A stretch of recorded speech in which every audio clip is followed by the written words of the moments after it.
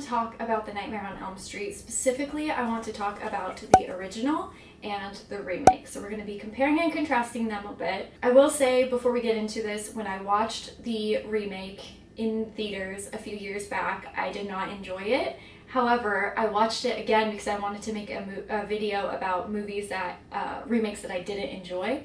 And I got to the end and I went, oh crap, I really like this movie. So I have definitely changed my opinion of it. I think it has a lot going for it, and I think that for a remake, it's really not a bad film at all.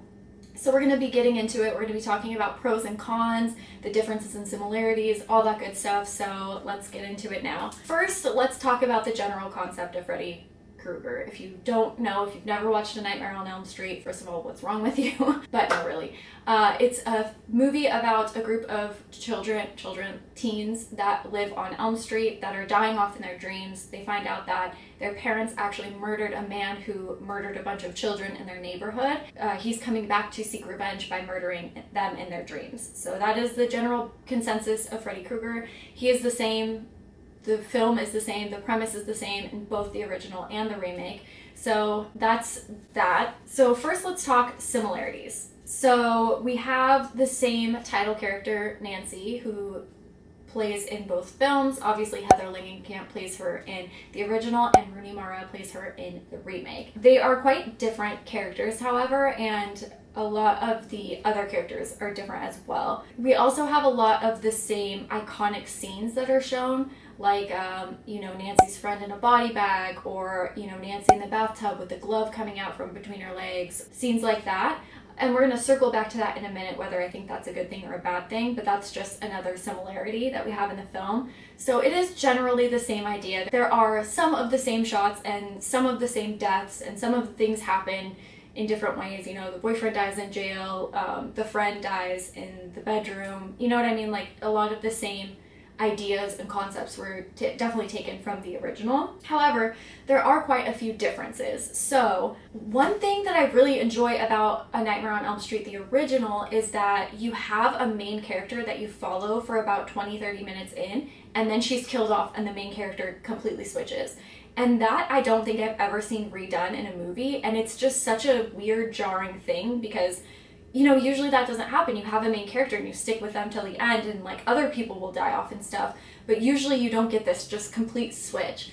Whereas in this movie, yes, that does happen, but you're introduced to all of the characters that you will need to see in the very beginning. That opening scene, all of the kids are there. They're either going to die or survive, and you're introduced to all of them at once. So when that main girl does die off, you don't feel so jarred by it.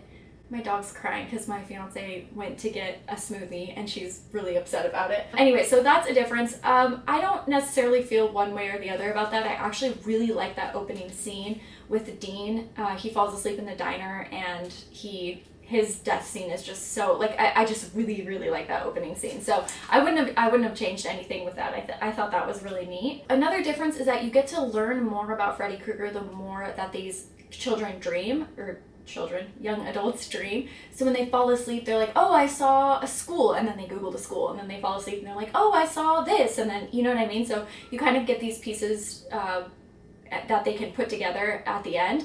Whereas in the original, it's not really like that. It's not really slow reveal as to what happens. They learn pretty quickly that their parents were involved in Freddy's demise. This was another interesting thing too. Another difference is that in the original, Freddy Krueger is a child killer, whereas in the remake, he is a pedophile. Now, Wes Craven originally wanted to make Freddy Krueger a pedophile, however, they changed it to a child killer. So in the remake, I guess it's kind of cool that they kind of revisited that original concept. But it is interesting to think, because Robert Englund is such like a beloved horror icon, and Freddy Krueger is such a beloved horror icon that, if you really think about it, would people have loved him as much had he been a pedophile versus a child killer? I don't know, because in the movies, yes, it's stated that he was a child killer. However, he's never actually in a scene with the children. Like, there are children and there are Freddy Krueger, but they are very separated and there's no intermingling of them, whereas that's not really the case in the remake. So it is interesting to think if Wes Craven had that original concept, you know what I mean? Maybe he wouldn't have been this like icon that we love him for. Another thing too is just Freddy Krueger in general. So Freddy obviously is this like silly, campy, fun killer, you know what I mean? Like you think of Freddy Krueger and you think of like long lanky arms running down an alleyway or like licking people out of phones and laughing, and like he's just silly. He tries to have a good time with it. The remake is not like that at all. He's definitely darker. He's definitely got this like dark, raspy, deep voice.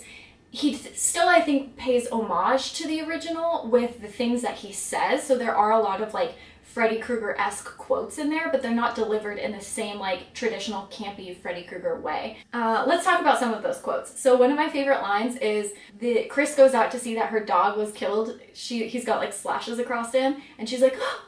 And Freddy Krueger goes shh with his gloves, and he's like, I was just petting him. And then he also has another line after he kills the boyfriend in the jail, and he says, did you know after the heart stops beating, the brain keeps functioning for well over 7 minutes? We got 6 more minutes to play. I love that line too. And then I also loved Nancy's last line after she pulls Freddy out from her dreams and she cuts off his hand, and she goes, she says something like, hurts does it? That's because you're in my world now, bitch. Oh, such a good line. Okay, so those are the similarities and differences. Now let's talk about the movie itself. I will say that it has a lot going for it. I think it's shot well. I think there's great original scenes. I think the dialogue's great. I think it's creepy. I think that if it were a different storyline, like had they not revamped the Nancy character and had they just gone a complete different route with a different group of teens, I think they could have done a really good job, and I think it would have been a really good movie because they had all the original stuff going for them. I think the things that made it unenjoyable for me was, like we were talking about, those traditional original scenes from the first movie. They had them in there, but they were so lackluster, and the original did them 100 times better, and it's like, then just don't have them. You know what I mean? Like, I think if they had cut those scenes out, I think the movie would have been better. You know, like that's such an iconic scene, having Nancy dragged below her bathtub by Freddy Krueger, and then in the remake you just see Freddy's glove come up for a second and disappear, and that's it. And it's like cool because it's paying homage to the original, but at the same time it's like, well, if the original did it better, just do something different. Even the scenes where like Chris dies versus the original just did it 10 times better. But I think they did have a lot going for them, but that is something that was just like, to me, you know what I mean? Like, if you're gonna show those iconic scenes, you can't have them be that, And this is, again, I really don't do these videos to trash anybody's art. Like, I'm so for everybody having their individual style and their individual, you know, projects that they work on, and I know that movies, well, I can only imagine that movies are really hard to make, so I'm not at all trying to bash it. I'm just sharing my opinion.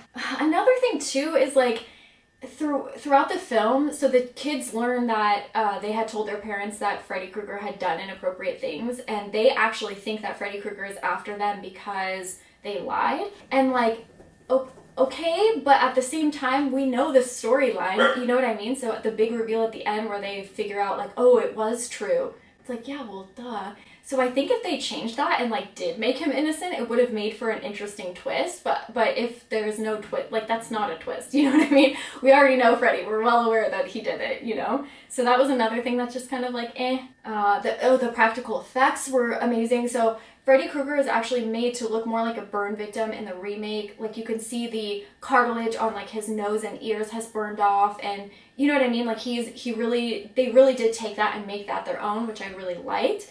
Again, he's like a darker character, which I didn't mind. I think he did a really good job playing Freddy, and I did like kind of like that darker, more grotesque, perverted sense of Freddy. It was cool to see him in a different way. Honestly, if they didn't do a Nightmare on Elm Street remake and they somehow just took like a general idea of the story but then made it completely their own, I think it could have been a really, really kick-ass movie. Let's talk about things that I like. So I talked about a few before, but the kids were relevant. So every time you see a Freddy Krueger movie, there are always children in it, and it's not necessarily stated who those children are. I mean, you can think of it as his previous victims or whatever, but in this film, all of the children that are in it makes sense as to why they're in it. They're all the adult children that we see and their classmates as younger children, and they keep showing them throughout. So I thought that was really cool that they put relevance to those kids. Not that it's bad either way, but it was just an interesting choice that I enjoyed. Oh, I also really liked the explanation of the micro nap. So They talk about how after your body's been up for a certain amount of time, your brain kind of shuts down and starts taking these micro naps where you're awake but you're asleep, like you're awake but your brain is asleep.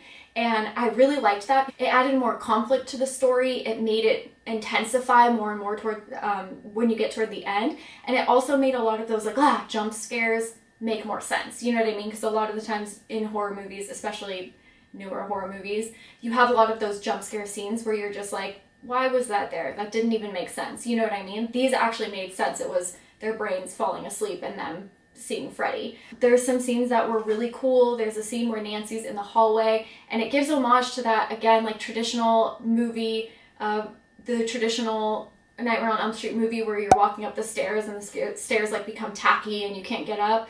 But they've made it their own. The entire hallway was filled with blood and she's like swimming to the other side screaming. I really like that scene. I think it's really cool. Another scene that I really liked is where Nancy's in a grocery store and she's fallen on the aisle and she's crawling backwards and Freddy's coming after her. And you get these flashes in and out of the grocery store, but then also the boiler room where Freddy's walking towards her. I think that scene is done so cool. I love that scene a lot. And let's talk about the last thing that I don't like, the CGI. It's just like, if you can make an 80s film that good, you know what I mean? Like, A Nightmare on Elm Street is just one of the most, it's so good. It's so well done. Like, I'm just thinking one scene off the top of my head, the scene where Johnny Depp dies, where his blood is squirting on the ceiling and then you see it kind of like shift back and forth. That scene is so cool. If you can do that in the 80s, why do you have to use CGI now? It's such a waste, you know what I mean? And that's something, like, I understand that it's necessary in post-production and things like that, and I think that there are some scenes that you can do CGI in and have it done well, but if it can be a practical effect, make it a practical effect. Like, that's what made these 80 movies classics. That's what made people keep coming back to them. It wasn't because they used cheesy CGI, you know? So I think, unfortunately, that's something that's just in newer horror films that we have to deal with, and it sucks because it's never going to be how it was. But I think that the movies that do use practical effects just way outshine those who use CGI. And don't get me wrong, there is CGI done in movies that they do it right. Like, off the top of my head, I'm thinking like Dr. Sleep. Obviously a lot of CGI in that. Done right, it doesn't look cheesy. And so it's just like, I just don't get it. Why? It definitely paid homage in a lot of ways. They definitely made it their own in a lot of ways. But I think that there were some things that could have been done differently to make this like a really amazing movie. But all in all, I really do enjoy it, and it is a movie that I do go back and visit every once in a while since the last time I watched it, and I actually really enjoyed it. So definitely not the worst remake out there, that is for sure. But I want to know how you guys feel about this because I know you guys are horror fans just as much as I am. Do you hate it? If so, that's totally fine. We can have different opinions. There's nothing wrong with that. But let me know what you guys liked and didn't like about the remake. That is it for this video. Thank you guys so much for watching. And if you want more Nightmare on Elm Street, just subscribe because I will be making a few other Nightmare on Elm Street videos this October. Other than that, I will see you again tomorrow with another horror video. Bye, guys.